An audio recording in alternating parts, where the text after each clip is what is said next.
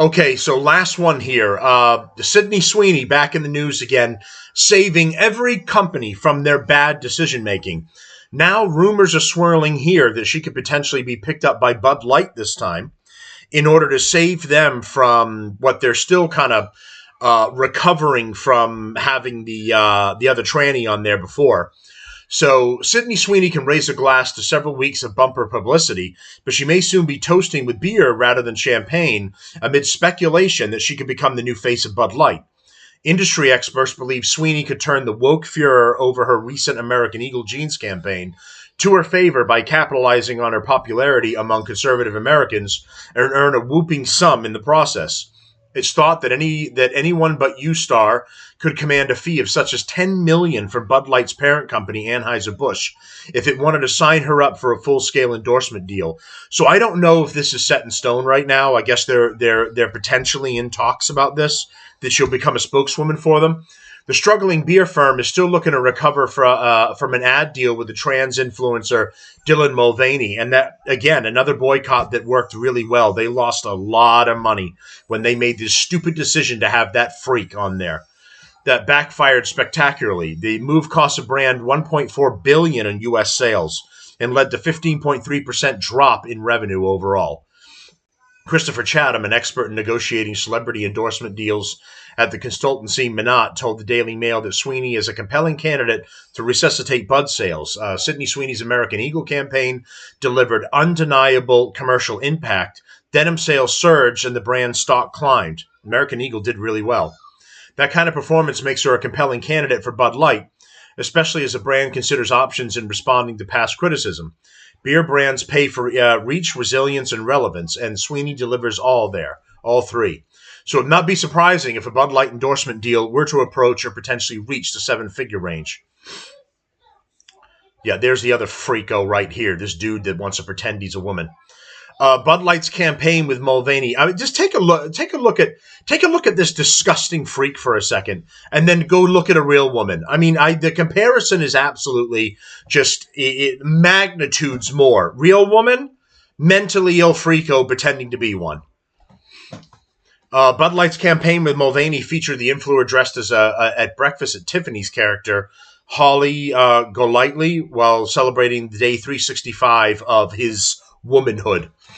The ad, or 365 days of his mental illness, really. The ad posted on Instagram prompted a national boycott and a steep decline in Bud Light's market position.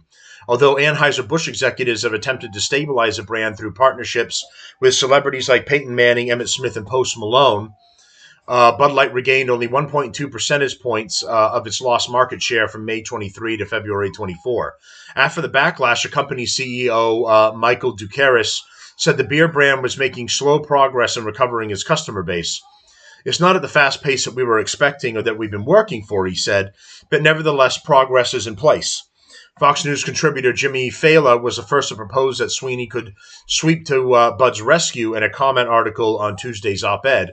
Hire Sydney Sweeney to be your next pitch person immediately because she's everything your brand needs to get back on its feet, Fallon wrote.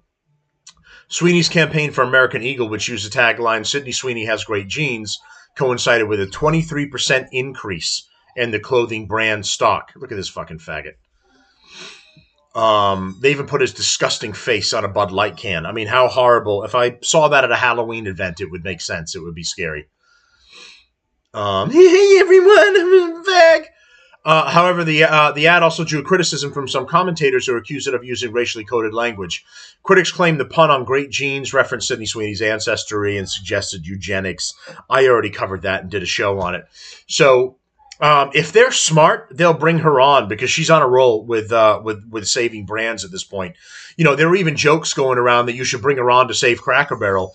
We made some progress with Cracker Barrel as well. I mean, here's her at Times Square. And they've got a 3D version of her saying hello and waving to people as they walk by. I mean, she's been blowing up.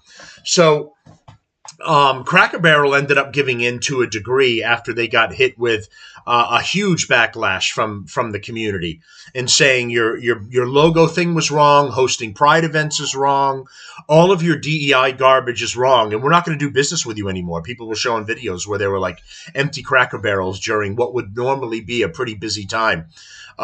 they've backed off on that as well, saying that they're going to roll back the DEI stuff, potentially stop funding the Pride events, and they're not going with the rebrand and changing the stores. They're going to potentially put a halt on the store changes, but they're also going to keep the old logo and not change the new one, which is all great. These companies need to wake up and realize this is not what the majority of people want. We're tired of LGBTQ plus minus divided by sign. We're tired of it being shoved down our throats. We don't want it anymore.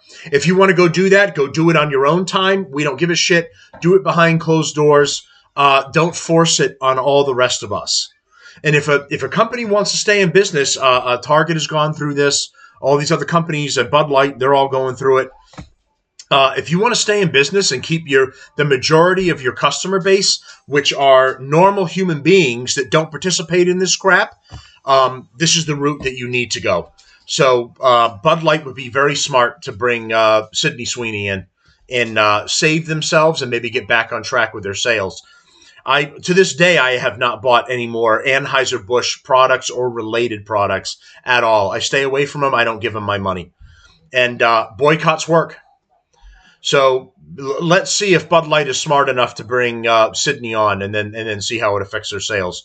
All right, that's all the updates I have for today. Please like, share, and subscribe to the show. I really appreciate it. We've been getting new people. We're on YouTube, we're on Rumble, we're on TikTok as well, and I appreciate all the new followers that we've been getting. So please subscribe. All right, thanks everyone, and we'll see you again later on this week.